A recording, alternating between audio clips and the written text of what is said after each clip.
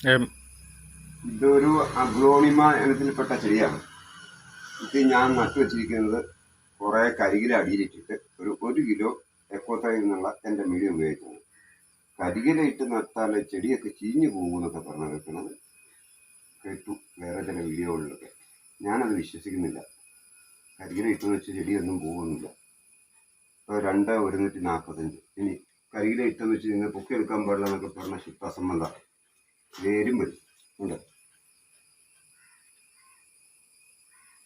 ഇത് ഇതിനകത്ത് ഒരു കിലോ ഇതിനകത്ത് കരികില ഇട്ട് നട്ടു വെച്ച സാധനമായിരുന്നു. ഇപ്പോൾ കരികിലയെല്ലാം പൊതിഞ്ഞാണ് ഈ സാധനം ഇരിക്കുന്നത്.